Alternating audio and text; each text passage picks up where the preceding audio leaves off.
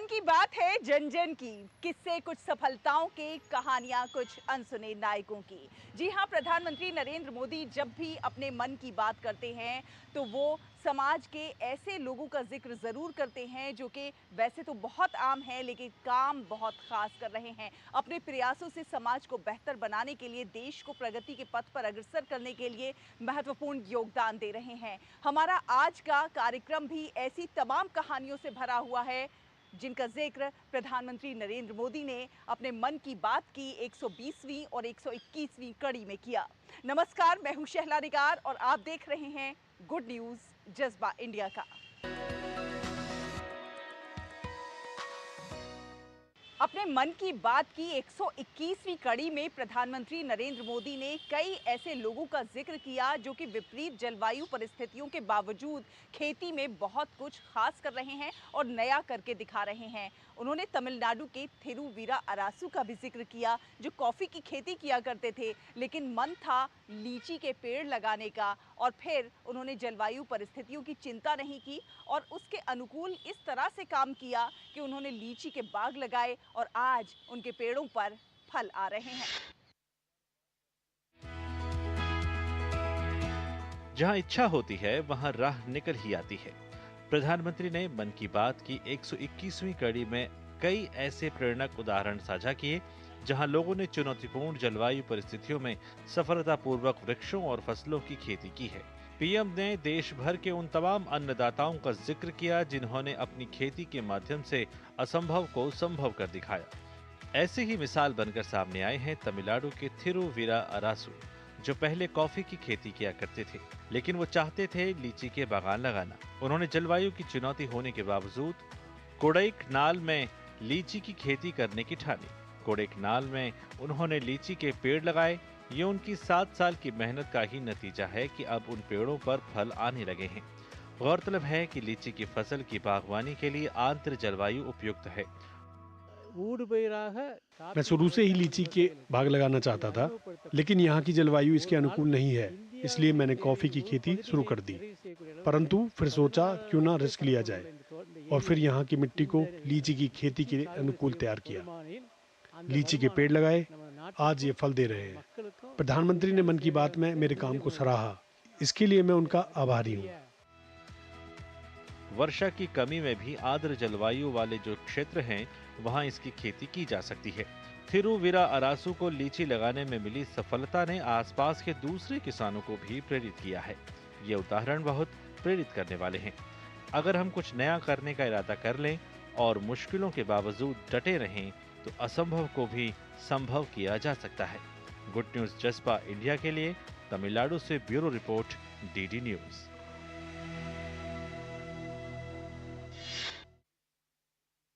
वक्त हुआ एक छोटे से ब्रेक का। ब्रेक के उस पार अच्छी खबरों का ये सफर अभी जारी रहेगा। देखते रहिए गुड न्यूज जज्बा इंडिया का। सस्ते वाले दाल मसाले स्वाद हुआ बेकार। MDH की हल्दी मिर्ची धनिया करे कमाल। ये रंग दे, ये खुशबू दे, ये तीखा, ये कम पड़े। क्या निराला MDH मसाला। वाह, गाय तुम्हारी माता है ना? तो पशुहार के नाम पर जहर क्यों खिलाता है?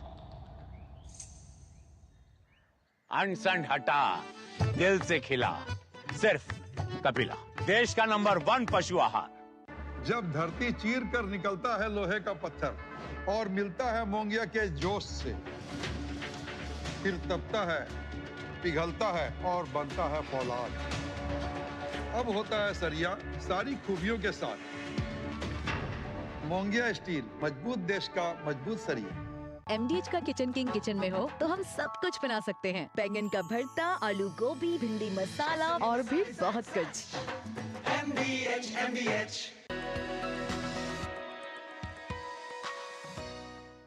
ब्रेक के बाद एक बार फिर आप सभी का बहुत बहुत स्वागत है। आप देख रहे हैं गुड न्यूज जज्बा इंडिया का। हम जानते हैं कि भारत प्राचीन काल से ही चिकित्सा और जीवन शैली विज्ञान में काफ़ी ज़्यादा समृद्ध रहा है। आयुष ना केवल भारत की धरोहर है बल्कि दुनिया को किस तरह से स्वास्थ्य के लाभों के साथ जीवन जिया जा सकता है, इसका एक सशक्त माध्यम बन गया है। और इसी का एक जीता जागता प्रमाण पेश कर रहा है सोमोस इंडिया। जी हाँ, सोमोस इंडिया इसी आयुष पद्धति को दुनिया भर में पहुंचाने का काम कर रहा है और इसीलिए प्रधानमंत्री नरेंद्र मोदी ने अपने मन की बात की 120वीं कड़ी में सोमोस इंडिया की कामों का जिक्र किया।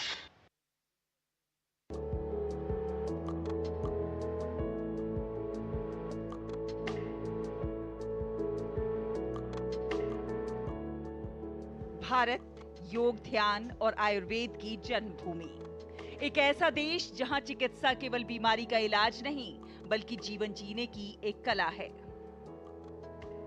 आयुर्वेद 5000 साल पुरानी वो परंपरा जिसमें शरीर, मन और आत्मा तीनों का संतुलन ही स्वास्थ्य माना जाता है।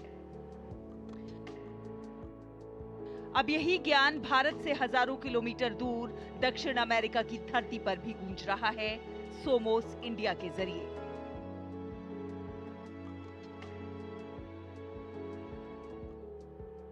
ये संस्था भारतीय आयुर्वेदिक ज्ञान को दक्षिण अमेरिकी देशों तक पहुंचा रही है, विशेष रूप से स्पेनी भाषा समुदायों में।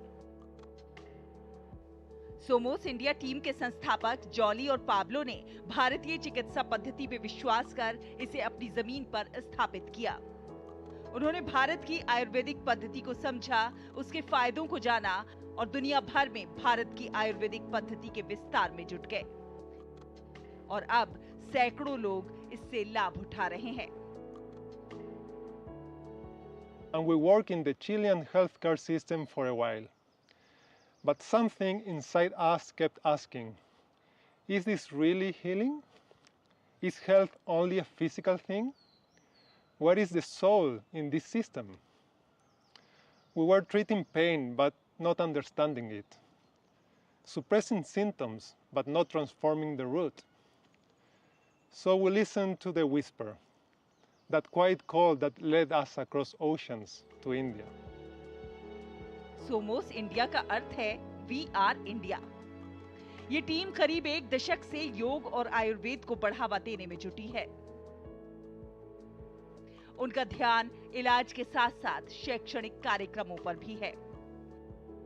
ये लोग योग और आयुर्वेद से जुड़ी जानकारियों का स्पेनिश भाषा में अनुवाद भी करवा रहे हैं।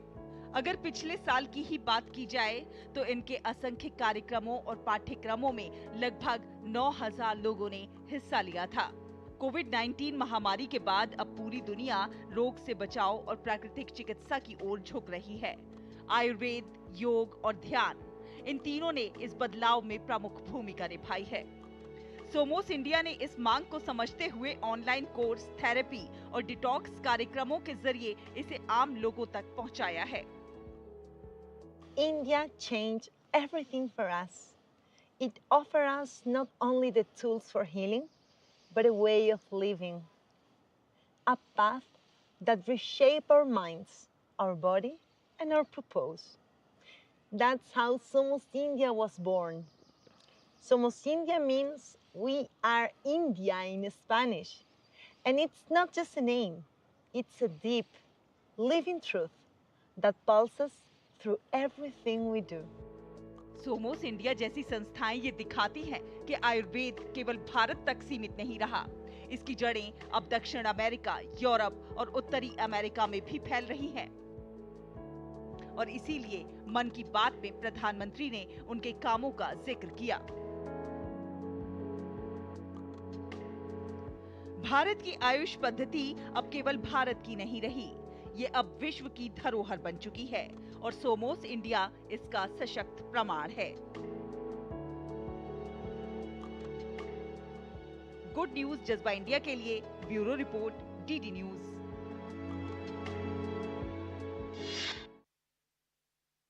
और अब हम आपको एक ऐसे संगठन के बारे में बताने जा रहे हैं जिसने विदेशों में भारतीय संस्कृति की जड़ों को ना केवल जीवित रखा है बल्कि उसे समृद्ध भी किया है। इन्होंने वर्षों तक भारतीय कला और संस्कृति को संरक्षित करने का काम किया है। जी हाँ, हम बात कर रहे हैं सिफास की। जी हाँ, सिफास किस प्रकार से भारतीय संस्कृति, कला और भारतीय विरासत को संरक्षित करने का काम कर रहा है, आइए देखते हैं।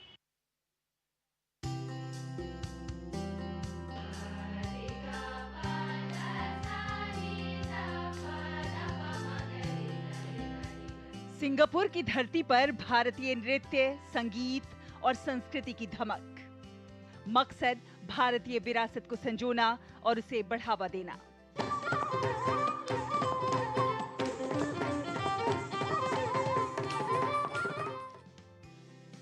जी हां, 1949 में कुछ दूरदर्शी भारतीयों द्वारा स्थापित सिफास अपने मकसद में सफल होता नजर आता है। एक छोटे से विचार से शुरू हुआ ये संगठन आज भारतीय कलाओं का एक महत्वपूर्ण केंद्र बन चुका है।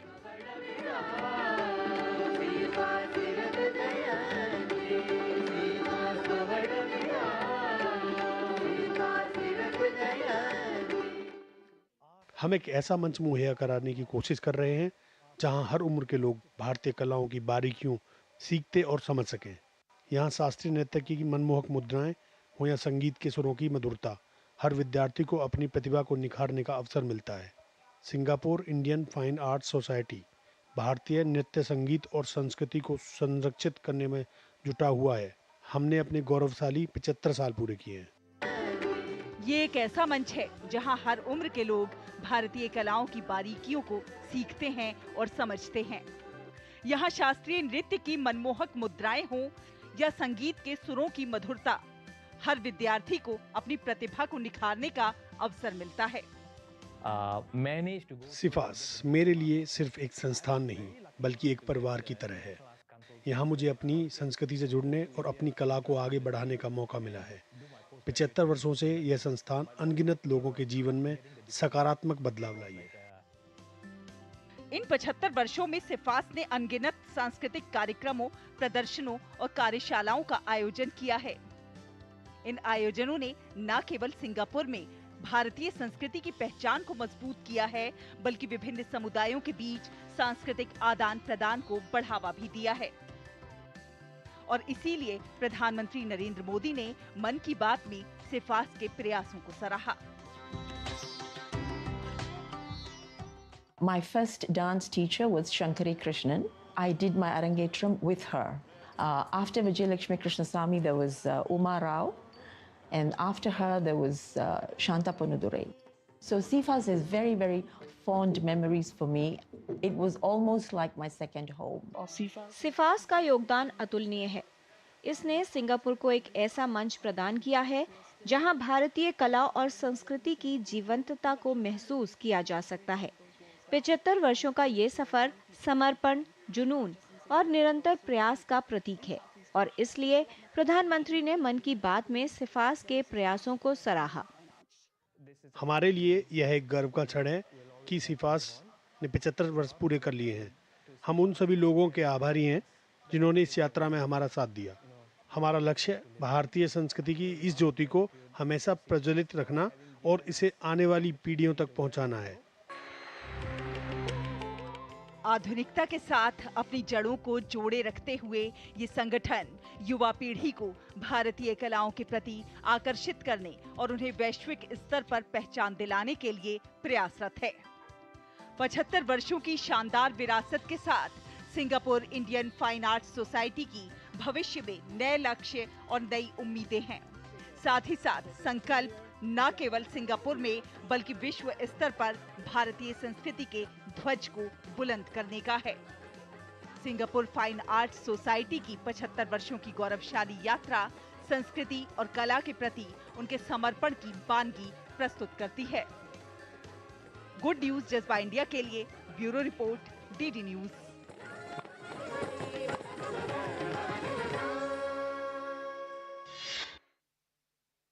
भारतीय नृत्य, संगीत और संस्कृति को संरक्षित करने के बेहद शानदार प्रयास। वक्त एक और छोटे से ब्रेक का है। ब्रेक के उस पार अच्छी खबरों का ये सफर अभी जारी है। आप देखते रहिए गुड न्यूज जज्बा इंडिया का। जीरा से प्यास बुझाए, डाइजेशन के लिए मस्त, शरीर में नमक पानी का बैलेंस बनाए।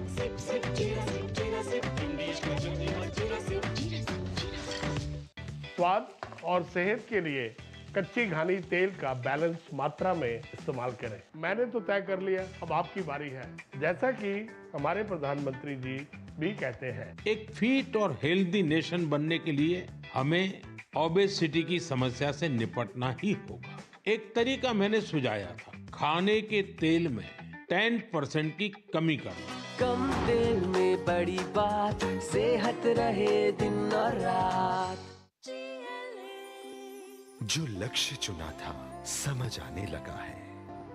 GLA यूनिवर्सिटी, उच्च लक्ष्य की निश्चित प्राप्ति। शादी का किचन महके जहां, गोल्डी किचन किंग मसाले हो वहां। गोल्डी लाई है फ्रेश लॉक टेक्नोलॉजी, जो रखे मसालों को हर समय फ्रेश। ब्रेक के बाद एक बार फिर आप सभी का बहुत बहुत स्वागत है। आप देख रहे हैं गुड न्यूज जज्बा इंडिया का। मन की बात में प्रधानमंत्री नरेंद्र मोदी अक्सर देशवासियों की उपलब्धियों के साथ साथ सामाजिक मुद्दों को भी उठाते हैं। चुनौतियों पर भी चर्चा होती है और ऐसी ही एक चुनौती का प्रधानमंत्री नरेंद्र मोदी ने मन की बात में जिक्र किया और ये चुनौती है टेक्सटाइल वेस्ट की।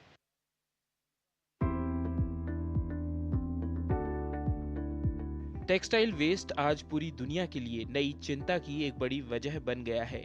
आजकल दुनिया भर में पुराने कपड़ों को जल्द से जल्द हटाकर नए कपड़े लेने का चलन बढ़ रहा है। क्या आपने सोचा है कि जो पुराने कपड़े आप पहनना छोड़ देते हैं उनका क्या होता है? यही टेक्सटाइल वेस्ट बन जाता है। इससे निपटने को कई राज्यों में कई संस्थाएं सक्रिय हैं।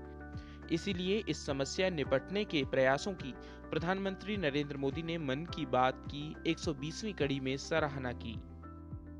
भारत दुनिया का तीसरा ऐसा देश है जहां सबसे ज्यादा टेक्सटाइल वेस्ट निकलता है, यानी चुनौती बड़ी है।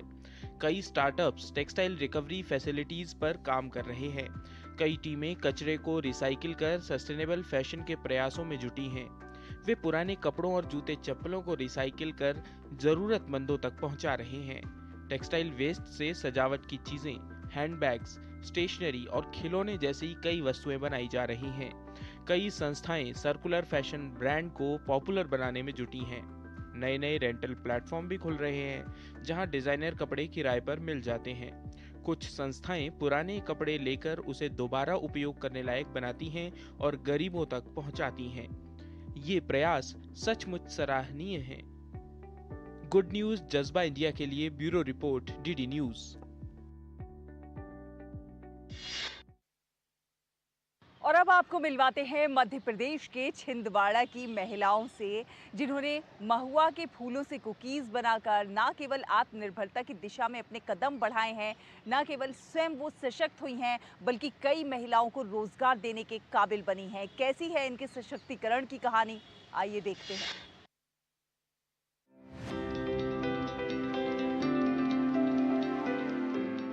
मध्य प्रदेश के छिंदवाड़ा जिले में राजाखो छोटा सा एक गांव है।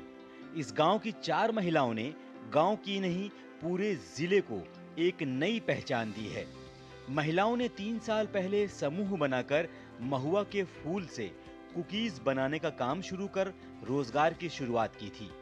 वहीं अब इन महिलाओं के उत्पाद जिले में नहीं पूरे प्रदेश के बड़े-बड़े शहरों और नगरों में फेमस हो गए हैं। देश भर के लोग इस छोटे से गांव में महुआ वाले कुकीज का स्वाद चखने के लिए पहुंच रहे हैं। महुआ से बनी कुकीज इस गांव की पहचान बन गई है।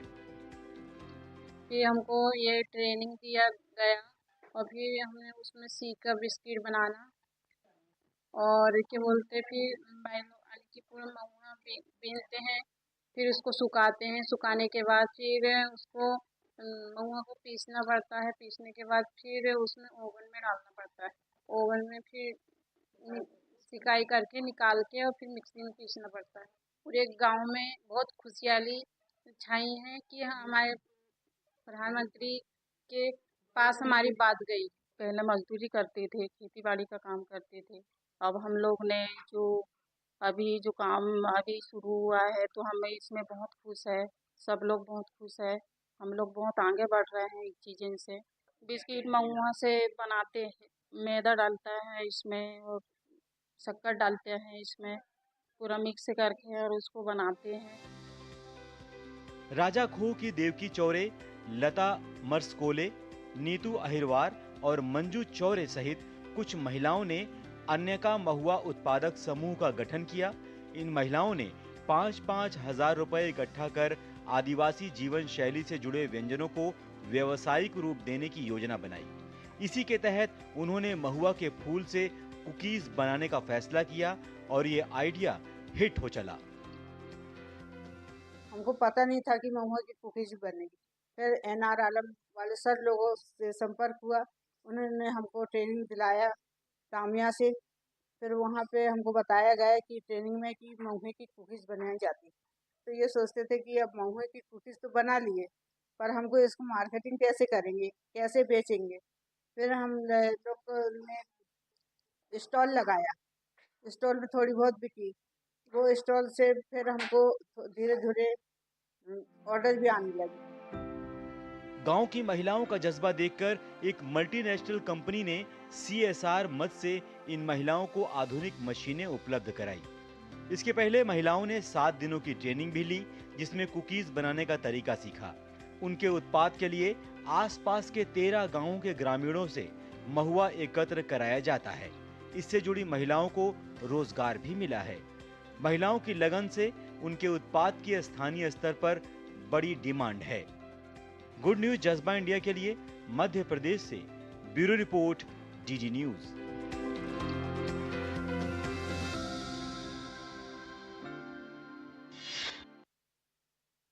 तो समाज के अलग अलग वर्गों से, देश के अलग अलग भागों से देशवासियों की उपलब्धियों की कहानियां, आम जन के हौसले और जज्बे की कहानियां ये परिचायक हैं इस बात की कि आप सही सोच के साथ सकारात्मक दिशा में कदम बढ़ाइए, रास्ते अपने आप हमवार होते चले जाएंगे। प्रधानमंत्री नरेंद्र मोदी जब मन की बात में देशवासियों के हौसले और जज्बे को सराहते हैं तो कहीं ना कहीं लोगों का मनोबल बढ़ता है, इससे प्रेरणा मिलती है और ज़्यादा अच्छा काम करने की, और ज़्यादा बेहतर करके दिखाने की। उम्मीद है आप सबको हमारा ये प्रोग्राम बहुत पसंद आया होगा। आप हमें अपनी प्रतिक्रिया भेज सकते हैं। हमारा ईमेल ID है ddgoodnewsindia@gmail.com। अगले हफ्ते फिर हाजिर होंगे कुछ और अच्छी कहानियों के साथ। तब तक के लिए हमारी पूरी टीम को दीजिए अनुमति। नमस्कार।